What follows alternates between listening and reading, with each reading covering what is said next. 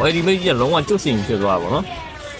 ပထမပတ်စစ်မပါပဲ legend skin တွေအားလုံးထဲမှာအလှဆုံးလို့ပြောလို့ရလောက်အောင်လှတဲ့ Fanny ရဲ့ legend skin အတီးကိုကျွန်တော်တို့ကြည့်လိုက်ရအောင်လက်ဖို့က intro animation လေးကိုအရင်သွားကြည့်မယ် intro စလာတယ် Freya ရဲ့ legend skin နဲ့လည်းဆင်တူပဲပေါ့နော်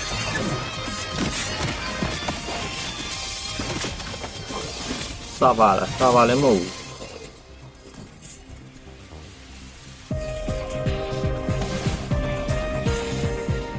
နောက်က interface ရတော့တော်တော်လေးမိုက်တာကိုထည့်ပေးရအောင်ဟိုဆိုလို့ရှိရင် Freya ရဲ့ interface ထဲမှာပါတယ်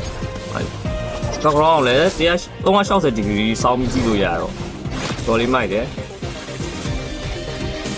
နောက်တဲ့ time space တစ်ခုလည်းပြောင်းအောင်နောက်တဲ့ time space တစ်ခုလည်းပြောင်းအောင်ဘယ်လိုမှဖြစ်သွားမလဲတော်လေးမိုက်တယ်ပေါ့နော်နောက်ကကျွန်တော်တို့ကဘာမြေကြီးအောင်ပါသေးတယ်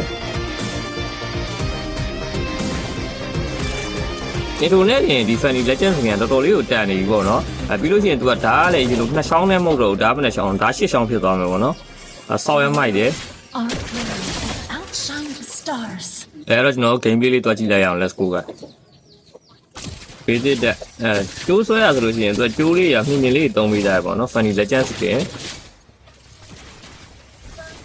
ဒါမဲ့ဒီကျိုးတွေရ enemy hero ကိုမိတယ်လို့သူအကြောင်ပြောင်းသွားပါပေါ့နော်ပထမရွှေရောင်လေးပြီးလို့ရှိရင်အနက်ရောင်ပြောင်းသွားမယ်ပြီးလို့ရှိရင်မီးရောင်ပုံစံမျိုးလေးပြောင်းသွားမယ်ပေါ့နော်တော်လေးမိုက်တယ်အဓိက3မီတာကသူအပြာရောင်ရယ်အနီရောင်ရယ်အဝါရောင်ရယ်3မျိုးဆက်တော့ပေါ့နော်အကြောင်တော်တော်လေးစုံတယ်လို့ပြောရမယ် Fanny Legend ခင်ရတော့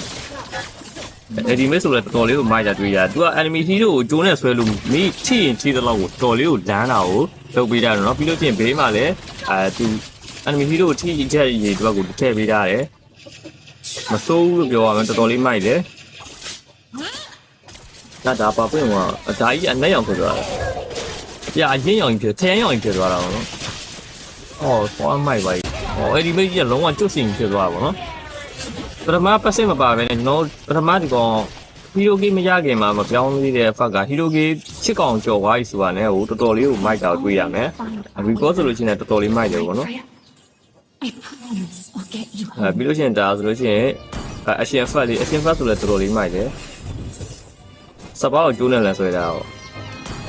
အဲ့ဒီတော်တော်လေးမိုက်တာတွေ့ရတယ်အဲ့တော့ Fanny Legend skin ထွက်လာလို့ရှိရင်ဝယ်မဲ့ brother ရှိတာမရှိဘူးလားဆိုတော့အောက်ကကိုမပါဝင်ပြီးတော့မှန်သွားလို့ရပါတယ်ကျွန်တော်ကတော့လီယိုပဲဖြစ်ပါတယ်အားလုံးပဲဖိုင်မယ်နော်